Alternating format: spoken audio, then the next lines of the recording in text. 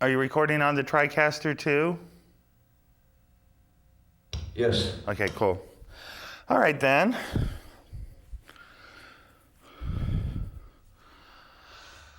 All right, here we go.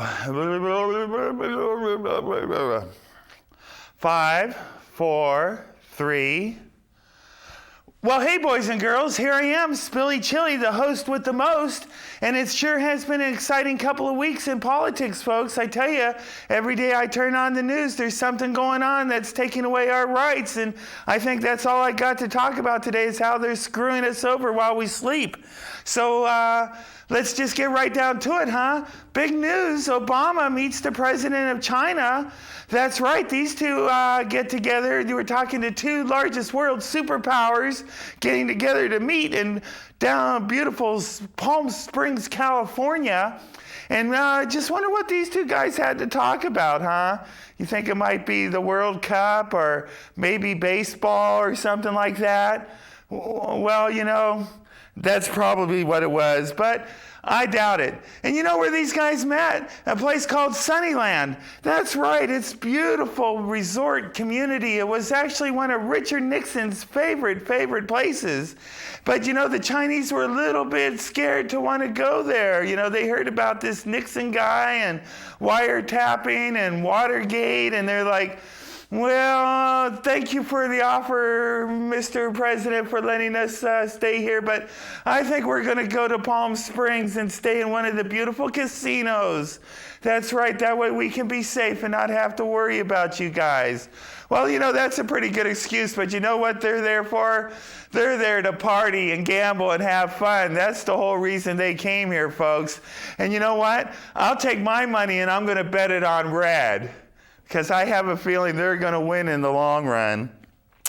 And hey, you know, where were you guys a couple years back when I was telling you about the phone scandal crap and how people are tapping your phones and recording all this crap? Oh, now that it's in the news, I'm so surprised. Well, you know what, folks? That's pretty cool. Only this time Verizon got caught. And somebody ratted them out. And, you know, they denied the whole thing. You know, they're saying, oh, well, we can't really talk about this as much as we like to talk about this. And you know, well, they're saying this is all court-ordered. And I wonder what kind of court would order something like this. They call it a PRISM court. Well, you know, it's like, here's this guy, you know, oh, yeah, there's a general of an army and a general of the Navy, and you know, these guys, you know, they all work for that Bilderberg group, and you know, you think they care about you, and you think each one of these guys has probably sent thousands and thousands of people off to death. Do you think they really care about you? And this phone tapping thing, no, they say go ahead and do it. And you know what's so cool about that, folks, is that you think this is just one. Well, I found out that there's been over 1,100 court-approved confiscations of personal records. 1,100, folks. So you might not be the Verizon customer. This was one order that requested millions and millions of documents. Just one order. And now there's 1,100 of those orders. You think you're safe? Well, you know what? We've got the fine Senator Beauregard, Beauregard, what the hell's this guy's name? Let me see if I got it somewhere in my literature here. Oh yes, Senator Beauregard Bullshoots from Missouri is here to explain to us this whole situation. So, Mr. Beauregard, well, thank you so much for being here on our show tonight. You know, it's really a pleasure to have you here, but let's just get right on down to the issues, shall we? I hear you've changed your party, that you used to be a Republican, but now you're a Democrat. What's up with that? Well, does that mean you're going to be becoming a little more liberal and supporting rights and good causes like the Democratic Party should? Oh, I guess. Okay, so, I got word that you're on that Senate hearing committee that's looking into this PRISM court-ordered wiretapping project. And I guess the ACLU's come forward now and is filing a claim against these guys for breaking the Constitution. How's that Senate hearing going, sir? So that does mean that this program is completely illegal and you'll shut it down? But what about the Constitution, Senator? What about the Constitution? Oh, well, that just goes to show how our government's handling this whole thing. It goes down to this, folks. It goes to the top. It goes to the president. And what do you think he's saying about this whole thing? Oh, yeah. Okay. Well, cool, man. Cool. So, talking about things that we're not real happy about, how about the IRS, huh?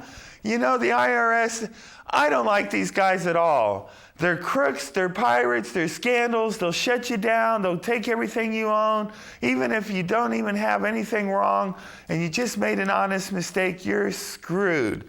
But, come on, folks. Where were you guys?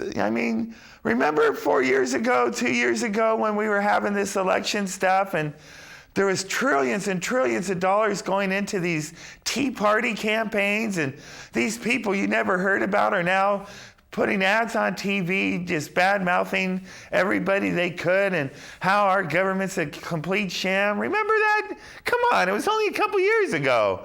Remember? And we were all going, well, who are these Tea Party people and who are these organizations that are giving all this money to these political candidates? Remember, we were all screaming bloody hell, somebody's got to look into this. Well, the IRS looks into it, and then what happens? Oh, that's right, the Tea Party. That's what happens. Oh, goodness gracious. We've got all this money now, and oh, well, you had no right to criticize us and what we were doing. Bad IRS, bad IRS. Well, come on, folks.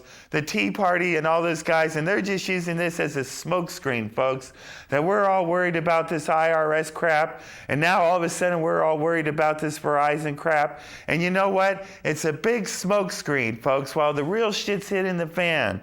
Speaking of real shit hitting the fan, how about this? The food stamp program. That's right, folks. They want to cut billions and billions of dollars out of the one program that helps keep the poorest of poor fed. Isn't that like the basic human necessity food for people? And I know there's enough food for everybody on this planet, but yet we seem to want to control it, and we seem to want to manage it. And so we're doing these kind favors to the poor people by allowing them to eat. But no, we've got to take that away too. So, I've been doing a little research. It says here that about 45 million people are on the food stamp program. And the food stamp program costs about $80 billion a year. And the average person gets about $200 a month for food stamps. And so let's do the math, folks. You take that money and you figure out how much each of these people get, and that works out to about $9 billion, and then 80 billion and 9 billion, and wait a minute, that's $71 billion difference, folks. Oh, wonder where that's going to. I know, it's going to manage the system. That's why when I called the other day to find out how come mine got canceled and wasn't reapproved when it should have been, I had to call up the call center, and it took me 2 hours on hold to get to speak to somebody to tell me that everything was okay. We just forgot to click the button that it was okay. Well, that's worth $71 million, don't you think, folks? Huh? And so my favorite drunk, Senator Boehner, from wherever the hell he's from, I think he's Ohio or someplace, he's like, well, we could cut the food stamp program, and it'll be much better for America and less government. And yeah, but remember what the government wants to do with our money? They want to arm the Syrian rebels. Yeah, our buddies in Syria. They need some more money, folks. And, they need some guns, and they need some bombs, and we need all this stuff so we can fight this. I don't even know what kind of war it is, because the guy in charge there was actually pretty cool compared to most people. But we just want to take over one country by another in this tyranny thing that our government's doing. So, hell, let's cut the food stamp program. Let's give more guns and military aid to the Syrian rebels while we take away all the human rights here in America. I think things are going along just swimmingly. Don't you, folks? Just swimmingly. Well, we've got a great interview. We have a gentleman here, Brent Adams, who's representing the Sanctuary Camp, and he's going to tell us about this new project that's helping homeless people out. I can't wait to hear about that.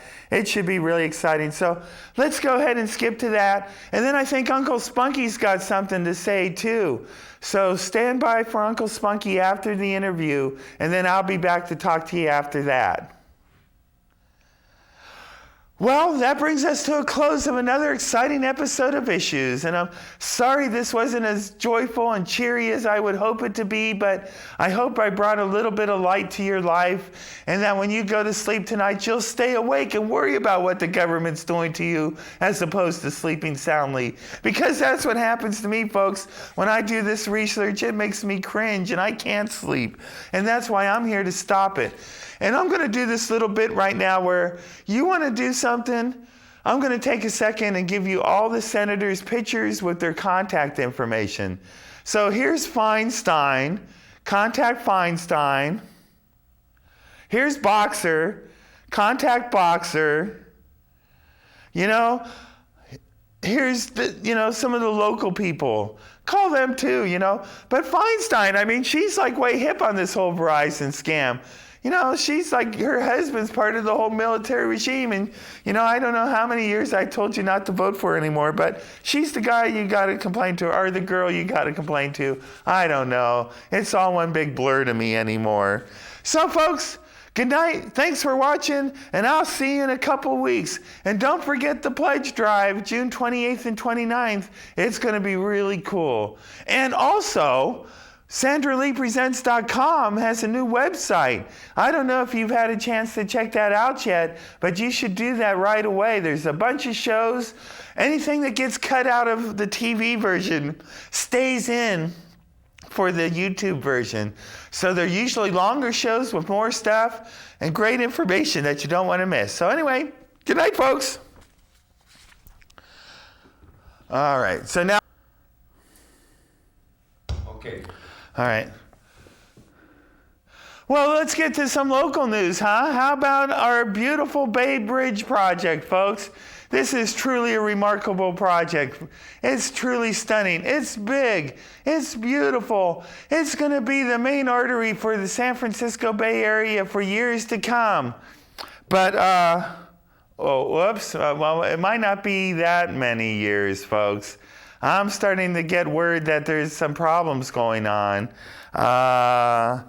It must have been made in California. That's all I can say is, the bad bolts, bad cables. Well, no, wait a minute. I remember. Come on. Put on your thinking caps, folks. Remember back about 7-8 years ago when this project started? The ironworkers, the most bravest people on the face of the planet. These guys deal with situations that you couldn't even imagine. I'd have to wear Depends on a regular basis if I was doing what these guys do. And I have nothing but respect for each and every one of them. And remember what they said, folks? Oh, hey, they're using substandard steel. I remember them saying that back when they were first starting construction. And they're saying, oh, yeah, the metal that they're using isn't going to hold up. It's going to fail. Oh, but no, the the transit people, or whatever they are, the California transit people, they come along and they say, oh no, everything's certified, it's all gonna be good, you iron workers, you're crazy, you know, it's don't worry about those bolts and don't worry about those cables, it'll be fine. Well, now here we are 8 years later, and they're going to tighten these bolts and they're cracking. And they check the cables and they're all rusting and corroding. And you know what's going to happen, folks? You got nothing holding the bottom. You got nothing holding the top. What's going to be left of that thing when we have the big earthquake? Well, here's another situation where this has to go all the way to the top. And Governor Brown, our illustrious leader, who's changing parties from Democrat to Republican, by the way, is saying, oh, well, check in on this. You know, we'll do some research and we'll see what the reports have to show. Well, guess what, dumb shit? It's pretty self-explanatory. They fucked up and you let it happen. Arnie, our buddy back in those days, he let it happen too. Oh, I wonder, scandalous contractors, bad iron? Oh, that would never happen in America, Governor Brown says. That would never happen in California. Well, anyway, so how about that food stamp program? Okay. That ought to do that. I'll just edit that in. All right. Yeah, center me in the middle on this one.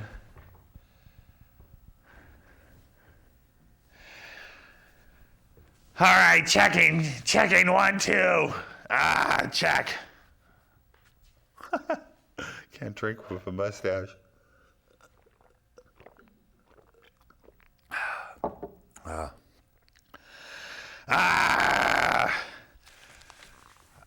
1, 2, 3, 4. Hey boys and girls, Uncle Spunky here. And you know what really pisses me off this week, folks? Well, let me tell you, anytime somebody says because of 9/11, you know, that really pisses me off. Because everybody here in Santa Cruz knows damn well that 9/11 was a conspiracy where Bush and a bunch of fucking rich people destroyed the building so they could build a new one and start this terror war against Muslim people. Well, this was all well planned out. And now, because of 9/11, they say, Patriot Act, we're going to take away all your rights. Oh, you know, PSA and TSA stuff. Oh, we're going to do body scans on you. Yeah, now there's PRISM and we're going to take all your phone records and we're going to confiscate everything that you have. And, oh, that's right, we can go door to door and just pull you out of your house and put you out on the streets whenever we feel like it because of 9/11. Oh, yeah, because of 9/11, we had to have a recession and the banking industry failed. And, oh, yeah, because of 9/11, we have to go through all these countries and take them over one by one. And yeah, oh, because of 9/11. Well, you know what, folks? Bullshit is what I say to that. And if you're sick of it as much as I am, do something about it. Next time you hear say somebody, because of 9/11, tell them, you're full of shit, motherfucker. That's what I would say. Well, anyway, that's it from me, Uncle Spunky. Good night.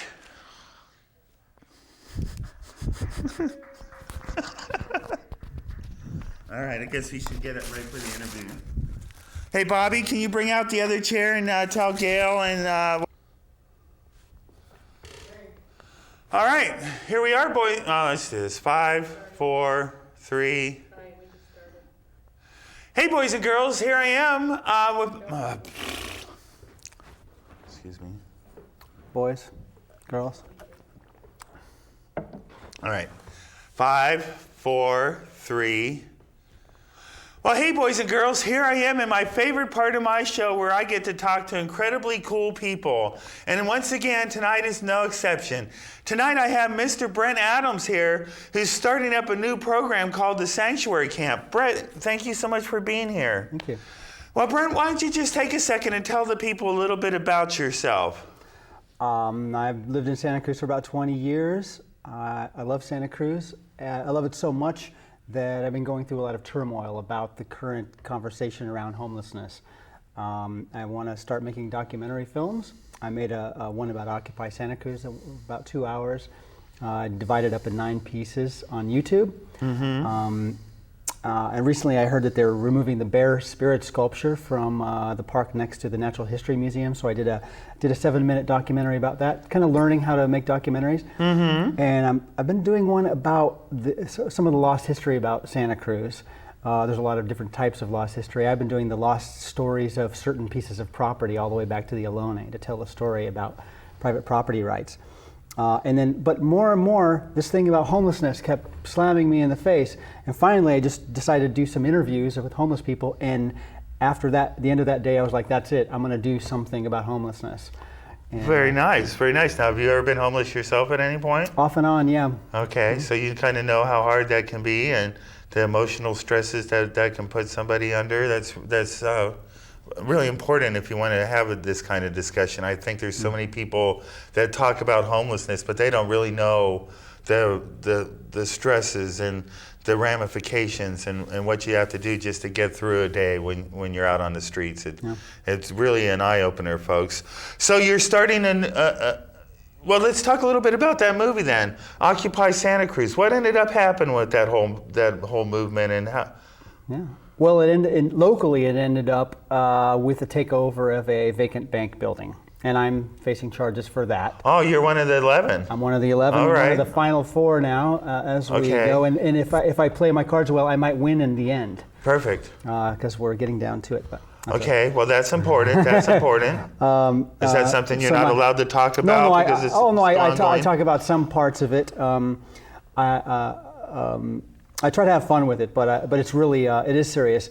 A lot of people were there, but they can't really talk about any aspect of that. I'm not fighting any charges around trespassing. I was definitely inside of that building, and it's very clear.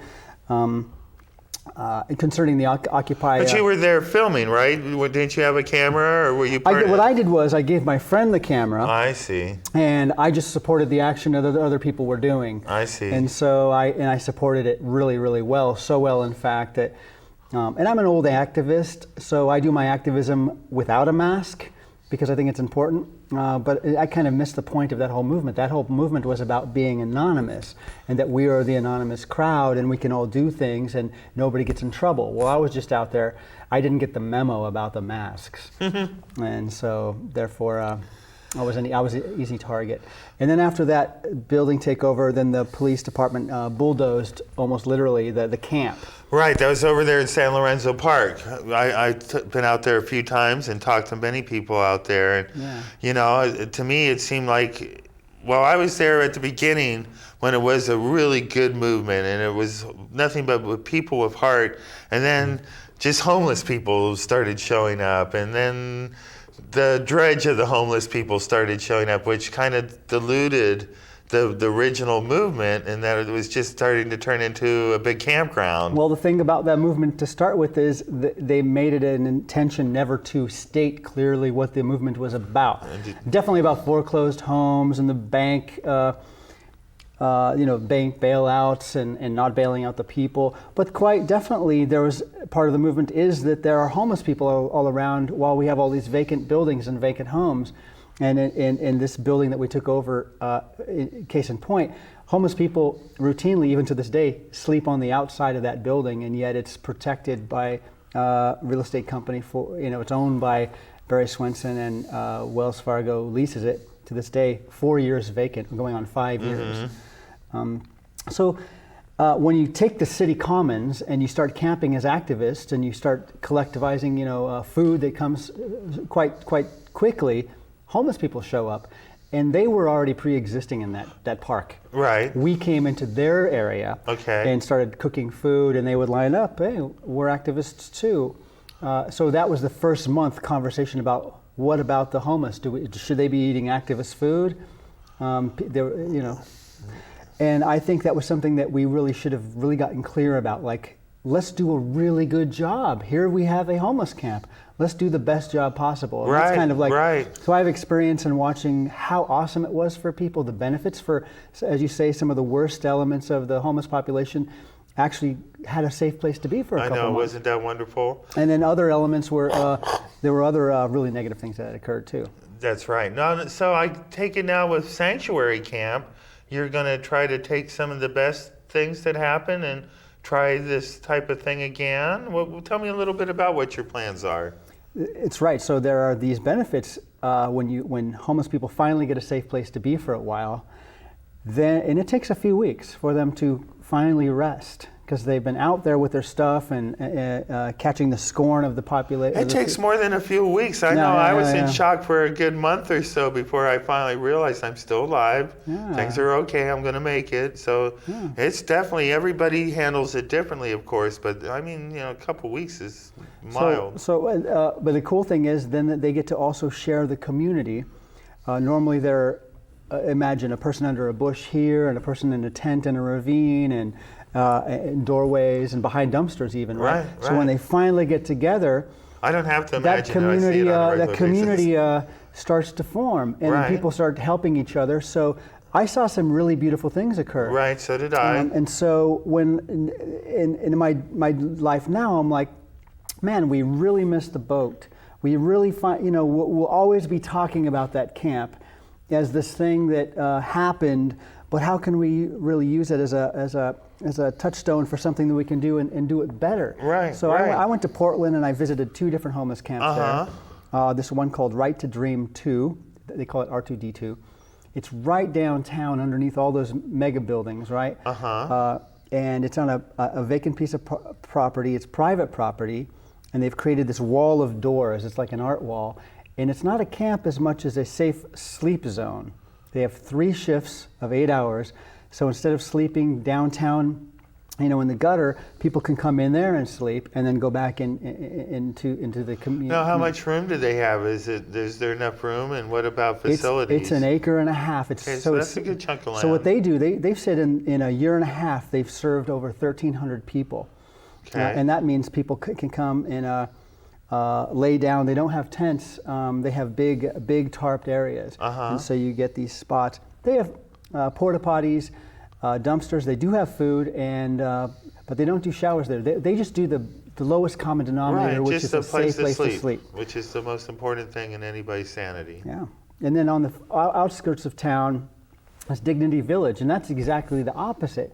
Out there on city property, it's a couple of acres. They actually get 10 by 10 little cabins. How wonderful. And they get to style them out nicely. And there's 65, I think, people served there. And they're there year round. They get to have their own home, essentially. And there, people actually do move up and out of homelessness from Dignity Village. So they have representatives of different services, and they can help you guide your way to regular housing. And they have they have showers, a whole jobs program, and so people can really start to kind of get grounded and then get a job. All right, now how can we bring this down here? So what then I studied some other areas in Seattle. They have these camps that move around, and then I kind of got. After looking at maybe 20, 30 YouTube videos about tent cities, started making a list of things that make the real successful one successful. Okay. And those are a list of things like you need a defined space, kind of an art wall is what I call it, so it doesn't sound like too much like a concentration camp. Right. You need a fence that you can't carry a bicycle over it or take somebody's items out. Right. Now, why is that? For security reasons for the people inside, or? So sanctuary is a safe space. To create that safe space, you need actually somebody at the door greeting you in, greeting you out, making sure that the people who are agreeing to the rules come in, and that and you can have guests and stuff, but to keep the thing that we had at Occupy Santa Cruz is people were taking things out, taking things from people's tents away. Right. A lot of theft. So some of these camps don't have walls, but for cities like Santa Cruz, you need that fence as a container to contain safety inside and safety outside. You just can't have people running back and forth. And unfortunately, that's just how it is. To make it a successful venue or venture, you'd have to have some sort of security. That's just the bottom line. So when somebody decides to become a resident of the camp, they would sign, agree to the rules. No theft, no hurting each other, quiet hours at night.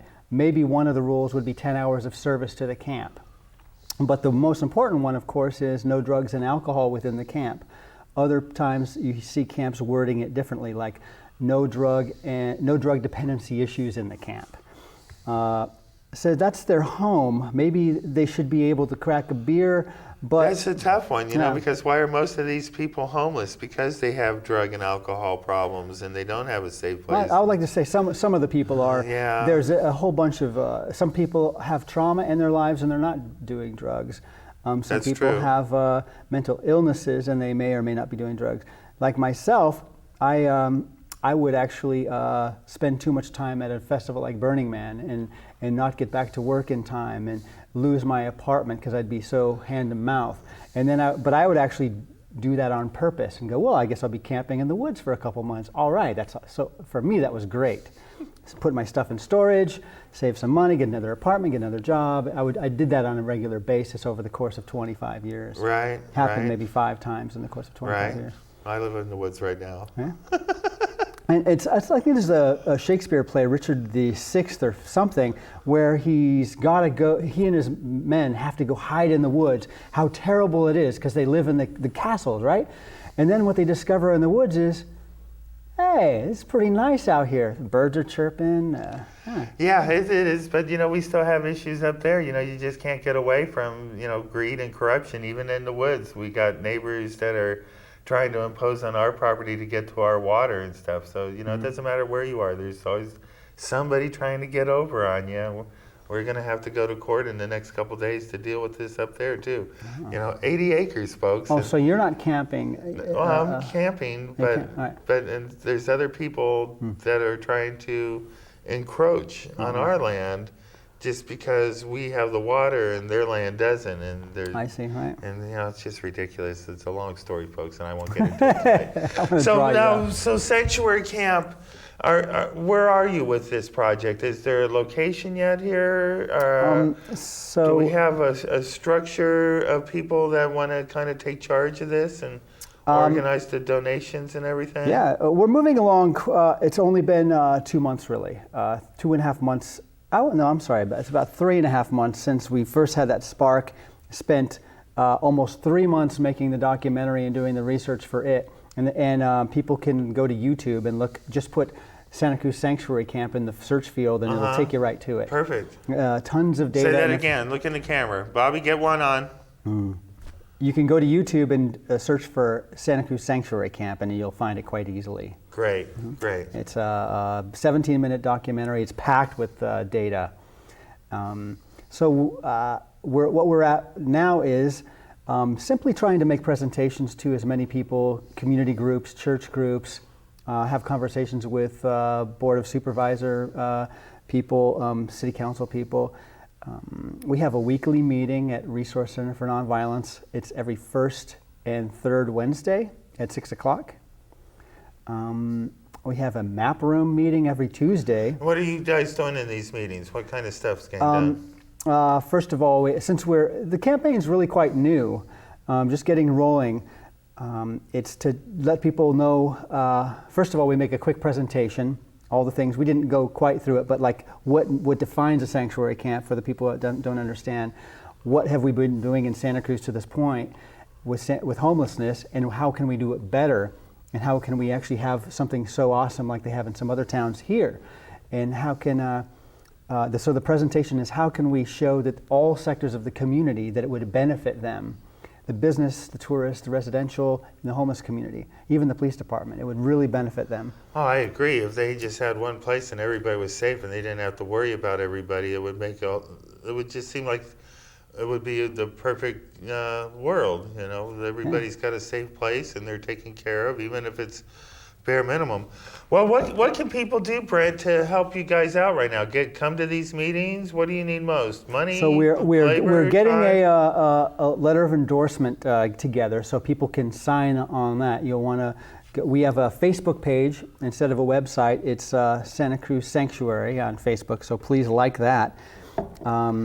And we have a WePay donation page, and that's I think it's you can find that on both the YouTube video and the Facebook page. I can't remember what it is. It's WePay. I think it's WePay Santa Cruz Sanctuary. come to meetings, sign the endorsement letter that we're doing. We're going to have an event quite soon.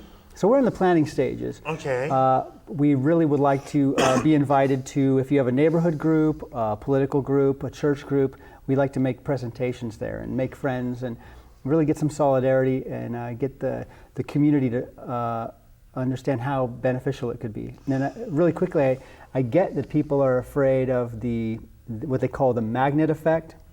Something so awesome would bring homeless into Santa Cruz. And I actually take that point, I understand it. Santa Cruz already sees itself as a magnet town for homelessness. It's such an awesome place to be, and it always has been, bringing people here. It brought me here 25, 30 years ago because of its awesomeness. Right, it is beautiful. We are so blessed. But many towns from San Diego to Seattle consider themselves magnet towns. Right. They all say this sort of story. Right, and so it's true, the entire West Coast is a magnet part of the country, right? But all of these towns from Asheville to Eugene to Santa Monica, they're all developing this idea now. It's the sanctuary camp movement, and it's being discussed everywhere. Because the economy is getting so bad, more and more people are being displaced. Where are they going to be? In Santa Cruz, we're rolling up the rug on people, making it worse and worse for people to exist. Absolutely. And so this is so hopefully as the city government and community wants to tighten the screws on homeless people, hopefully now we can create have an agreement on a place where they can be. Perfect. And everyone will feel safe. They're not, we still have to deal with the drug, alcohol, and mental illness issues. It's a tough thing. It's really tough. But there are services. Circumstance is different. There's so many services, and it seems like there's a lot of resources that just aren't being tapped into because of communication problems. Like, they're here, the homeless people are here, right. And getting them together just seems so hard. We're blessed to have the Homeless Service Center, and it helps quite a few people, but that's just a drop in the bucket to the people that are out there that just don't even know what resources are available. Yeah. So the missing link with services is a safe place to sleep.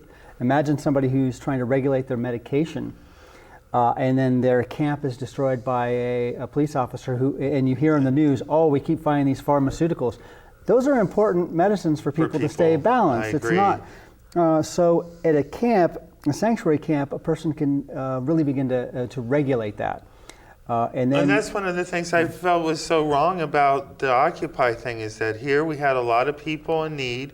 We have all these great organizations in Santa Cruz that want to help these people, but yet, where were they? Why didn't they send an information booth right there? There's nothing that could have stopped them from, here's an information booth. Here's, volunteer doctor, paramedics like they used to do at Winterland was an all-volunteer doctor thing. And why that didn't happen is still beyond me. And I think with your sanctuary idea, you might be able to incorporate that, get these representatives there at least 1 or 2 days a week. Yeah. To talk to the people. One of the things we're trying to do, so we're looking through a bunch of properties. It could be state, county, city, church property, university, land, private property, right? That's a lot of different types of property. Are you trying to be somewhere close to the middle of the city, or do you want to be a little bit more on the outskirts? Ideally, we would like to be as close as possible to the services that are available. At the Emmeline County services, they have medical and mental health. Then over at the Homeless Services area, they have a medical center, they have a day program, laundry, showers. We might be able at a sanctuary camp to eventually offer laundry and showers, but at first we wouldn't want to duplicate things that are already happening. We want to put them in touch with these things. We're looking for a safe place for people to sleep, and that's the main issue right now. And be able to keep their stuff during the daytime so they can move around the community without the large backpack or the bike trailer, and they can start integrating more and all of a sudden feel like they're not being pigeonholed as this or that type of person. Well, it sounds like a wonderful thing, and gosh, Brent, I wish you nothing but the best of luck with this project. And thank you. I see so much good that can come from something if we can get the community. Last question before we got to run. We're running out of time, but I think this is really important right now. What's the feedback from the city and the city council and those people since? Well, we are swimming in the wrong direction for what's happening in the community right now. but we really understand how the pendulum effect works. And we want to be one of these strong pillars that are still standing when it does come back. And we understand that in the community we have to start looking at coalition building and making friends with a lot of groups that maybe we don't agree with everything, but that we're a community, and it would be nice if it wasn't just one group of people telling us the way it should look. So we're starting to get really good feedback from certain members of the city council. Perfect. Definitely everyone who actually, pretty much everyone who sees the video, the little documentary, it answers their questions and they can actually see it working in other places. And then I got a whole bunch of shots of homeless people saying, we really need this. It would benefit my life in so many ways. Right. Yeah. Right.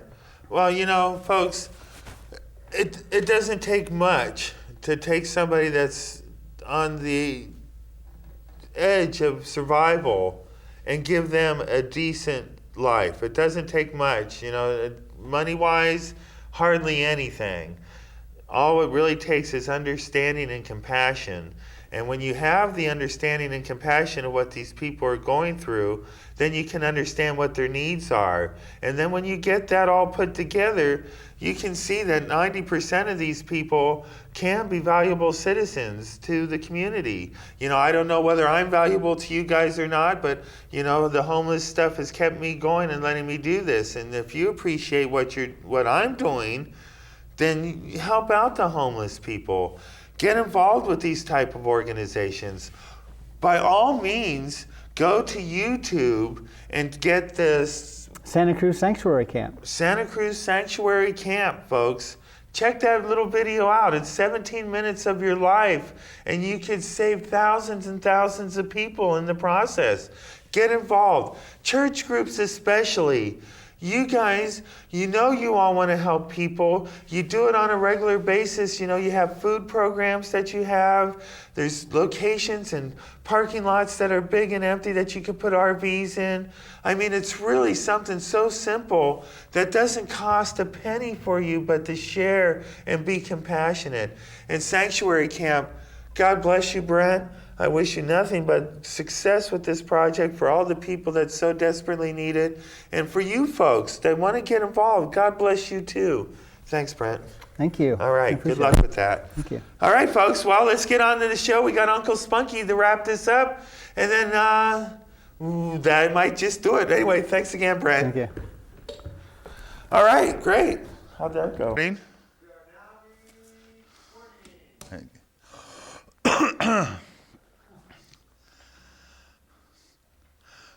Oui, mademoiselles and messieurs, it's me, Pierre Otto here, all the way from Russia at the Kremlin, folks. And I'm here to tell you that you are so lucky to have CTV in your community. That's right. Do you think these people here have CTV? Oh, no, they don't. They have no CTV. And you know what happens when they protest? They get arrested and put into jail. That's right. Now, if you like your CTV as much as I like your CTV, you need to watch the pledge drive. That's right, folks. Oui. That is June 28th and June 29th at channels 25, 26, channels 25, 26, and 27 in Santa Cruz, and 71, 72, and what's that other one? Oh, yes, 73 in Watsonville. That's Charter. That's right, folks. So, from me, Pierre Otto, if you want free speech, you better support community TV when you can. Otherwise, you'll be here, locked up inside, let's see, where are they? Up here? Yes, right there. So anyway, here, Karen, you got to come over here. This is going to be fun. I want you to come in and pull the puppet off my hand. Just come in and pull the puppet off my hand. See you, hang on, I'm going to go. See you stinking Russians? If you had community TV, you'd be so much better. Then you come and take the puppet off my hand. Now, see, if you people here in Russia, if you had community TV, you wouldn't be so chastised. You wouldn't be in jail. You wouldn't be in prison. That's right, you would. No!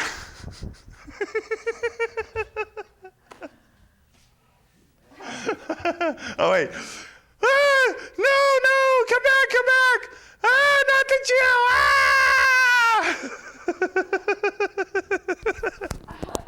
All right, folks. On that happy note, stop it. Okay, here we go. We recording? So yeah, just do one question at a time. Okay. 5, 4. Well, the Democrats are becoming more conservative and fit my demographics. Okay. Oh, absolutely not. The party's changing to my needs. And besides, the Republicans are a little outside the fringe for me right now. Very well. We're doing very well. We're opening a lot of doors and getting a lot of answers.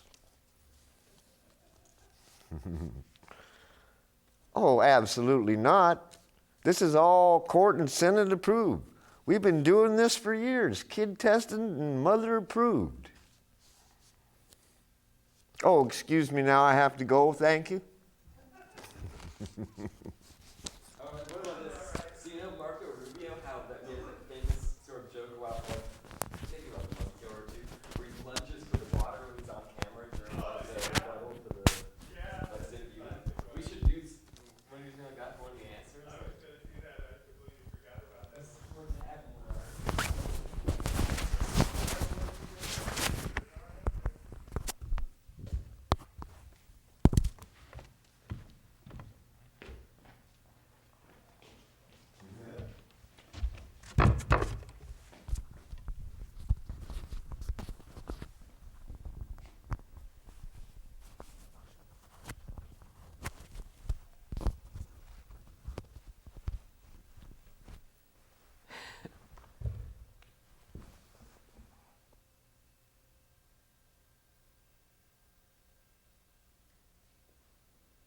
How come the Sonoma State background is like so? Because it was long and skinny, it didn't fit. Oh yeah. Want to try a different one?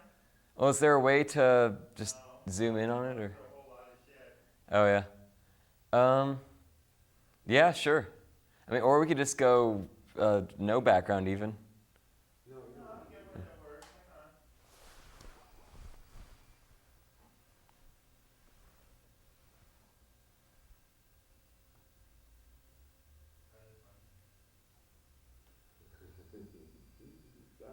Hang on. Yeah. Woo!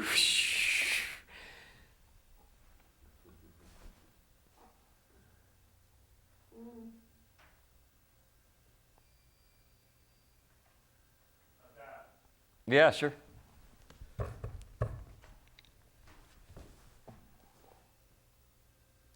other way, Bobby. Oh. The other way. There you go. That's it, right there. That's good. Go up a little bit. There you go. All right. Stand by. Okay, we're recording. Hey Terry, hey Alex.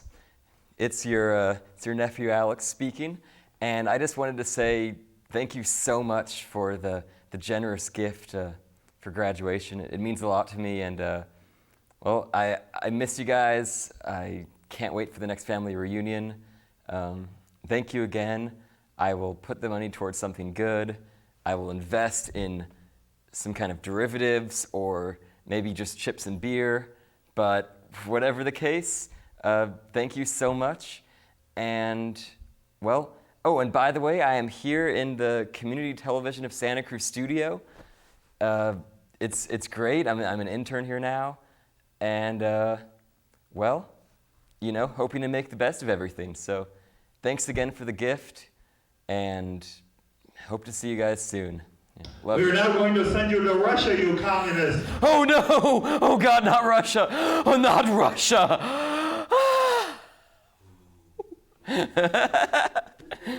Hell yeah! I think we should even keep that. I'll probably not edit that out at all. Oh God.